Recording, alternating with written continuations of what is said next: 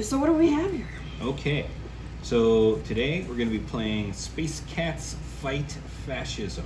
So we are not competing with one another, we are competing against the game. Yes, this is a cooperative game similar to Pandemic or Death Angel.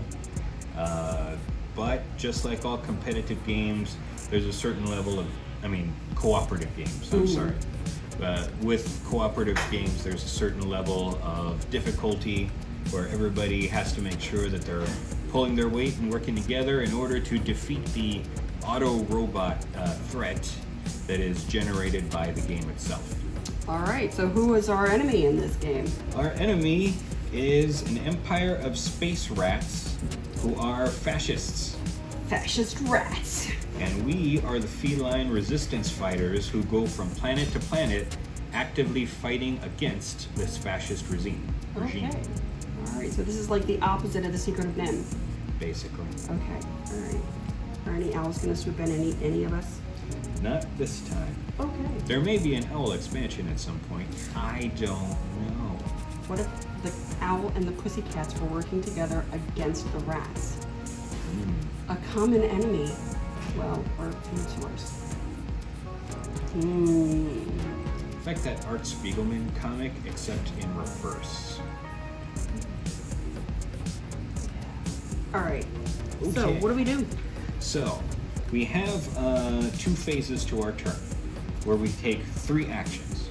Those 3 actions can involve traveling to a neighboring planet, working to fight fascism, in which case we remove fascism counters or add liberation counters. It's sort of a sliding scale. And we can restock our cards. Last thing that you can do is play your cards. All of these things that you can do must be done in a certain order. So you can't restock your cards, then move.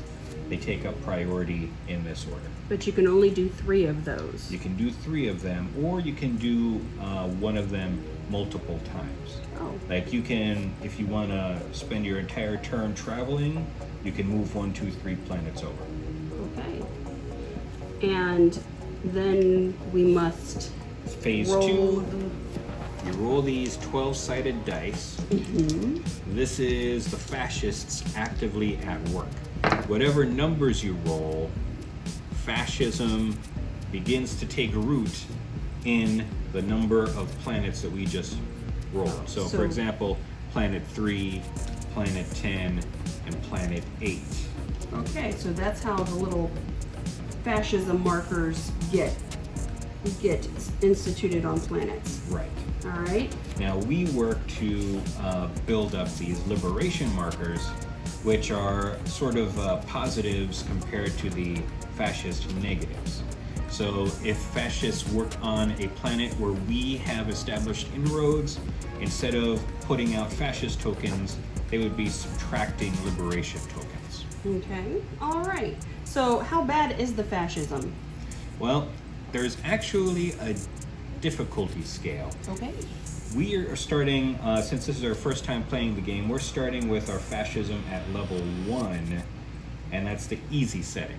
You can start it up to level 5, that would be the super hard setting. And, because once fascism hits level 13, they have conquered the galaxy and we lose. The rats have taken over. Wow. It's like the nightmare of NIMH. Okay. All right. So, how do we get started? Okay, well, I'll go first. So I'm going to take my 3 actions. Okay. So I'm going to fight fascism twice on the planet where I'm sitting. Okay. I'm Jasper. I have eye lasers. Pew, pew, pew. And so I start on planet Fishbowl. You know, I would imagine that Jasper is very distracting to all of the other cats. Yeah, those are red lasers. So I'm going to fight fascism once and twice. I'm spreading leaflets and putting out pro-freedom graffiti. So, how many orange cubes of liberation can a planet take? An indefinite amount of freedom. Wow. If you get up to 4, you can plant a liberation flag, that would be this little counter, on the planet you're on. Now, this planet has a whisker symbol, so we would plant the whisker liberation flag on it. And the goal is to get all 4 of these tokens, the whiskers, the tail, the ears, and the paw print, on 4 different worlds. Okay. Before the fascists take over. So you fought fascism twice. Twice. Now you have a third option. For my third option, I'm going to restock my resist cards up to 4. So how many cards are we allowed to hold at any one time? It says draw until you have a full hand of 4 resist cards. It doesn't say anything about a hand limit, but you can only draw up to 4. So you're probably not going to get much more than that. Okay, all right. And then is that the end of your turn? Lastly, I have to roll 2 fascist dice. So we'll just set this one aside. All right, planet 7 and planet 6. So I happen to be on planet 6. Fascism scale goes up on each one. 1 fascist cube on Scratch Station and Scratch Stone. And then -1 liberation cube on Fishbowl. Okay. And my turn ends. All right. So now it is my turn. Now, can you only resist fascism on the planet upon which you find yourself? Yes. Okay. Except for me, I can do it on an adjacent planet because I have LAZAR eyes. LAZAR eyes. And I'm a hacker. When you fight fascism, you may draw 1 resist card unless your hand is full. So I'm going to fight fascism on my home planet, which allows me to draw a card. And I will also fight fascism a second time, which allows me to draw another card up to a full hand, Which would be 4. which would be 4. So I have options. Well, I think at this point it would behoove me to just put 1 more liberation on my planet. And I can't draw anymore even when I liberate. But there we go. Now I roll the dice. All right, 6 gets, No, that's a 9. is that a 9? That's a 9. Okay. Okay, so a 9 and a 2. 9 and a 2. Now you just placed a fascist token on 2, and you're going to place it on 9. Now 9 is special, right? Yes. 9 through 12 are fascist strongholds. So every time a fascist token goes on one of these, then we get a galactic news flash. All right. News flash. All right. Always draw. All right. Breaking. New law mandating all cats wear clothes. Collars. +1 to the fascism scale. You take 1 scratch. And I guess that ends my turn. That ends your turn. Okay.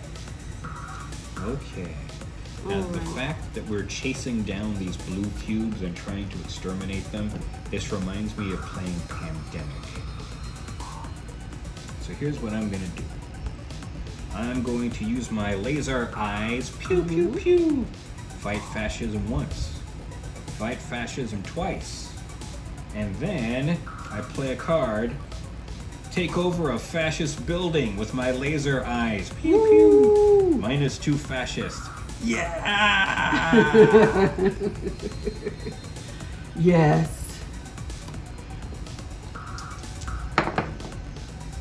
And then 2 and 3. So 2 loses 1. And where's 3? Oh, 3 loses 1. Oh my We goodness. still have the flag. still We got just our gotta flag. keep the flag. Yes. Alright, so I'm going to do a liberation. And because of that I get 1. And I'm going to do another liberation. So I get another 1. And then for my third trick, I'm going to Play a resist card. So now I have a new power. For 2 actions, I may teleport, then +1 liberation and heal 1. Nice. Okay. All right. So that. Woo! We've got 4 and 12. 12 means another galactic news. Oops. Let's see. Breaking. New cat tags required. Take 2 scratches. Move to home planet. So I can take 2 scratches or I can move back to my home planet. Well, that's what I'm gonna do. So here's what we're gonna do. I'm gonna fight fascism twice, which gives us the whiskers and the game. And I'm gonna heal 2 on you. Aw, thank you. And so the galaxy is safe for catkind. Or at least safer. At least safer, yes. We have made great inroads against the fascists. So you know, if we had started this on a harder difficulty level, we would have been rolling 3 dice by now for the fascism rats. Okay, so what do you think? I think this is a nice little strategy game. We were obviously playing in easy mode. Yes. You can up the challenge, and you know, I like that it has a sliding difficulty scale. This, if we were playing it with 3 or more people, we would kind of have to play on a harder difficulty. Yeah. But yeah, this was an enjoyable little game. I liked it. Something that I notice, there aren't a whole lot of liberation cubes. You want to be strategic. And you don't want to just like put liberation cubes on everything.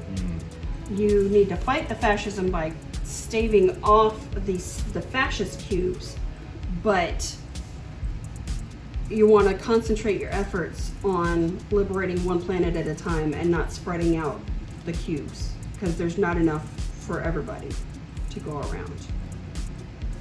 Especially if you're going to have a buffer cube.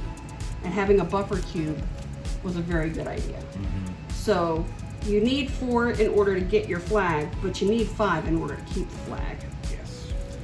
And I like the fact that each individual cat had their own special powers.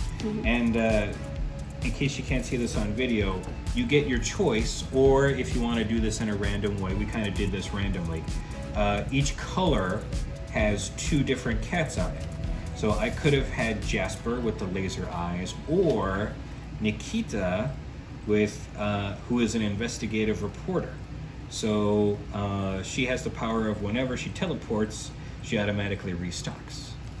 Yeah, and I was SC, but I could have been CJ, who his home world is Scratch Stone. CJ can see in the dark. That helps her go undetected when she's sneaking things under the fascist whiskers. She's a smuggler. After a restock, you may give any 1 card you have just drawn to another player. So that's convenient. There are 4 other cats. Now obviously, because this is a cooperative game, if you're coordinating with your other player, you're able to fight the fascists much more efficiently. Yeah, absolutely.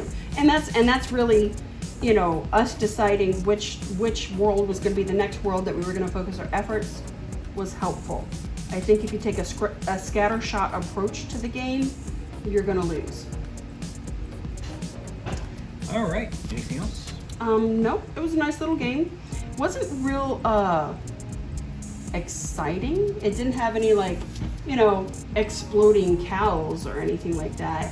The galactic news acted as the kind of element, but even then, the stakes didn't seem really high. I don't know if having more players, or, well, obviously if we're playing at a higher difficulty, rolling 3 cards, you're more likely to hit one of these, and have adverse effects happen.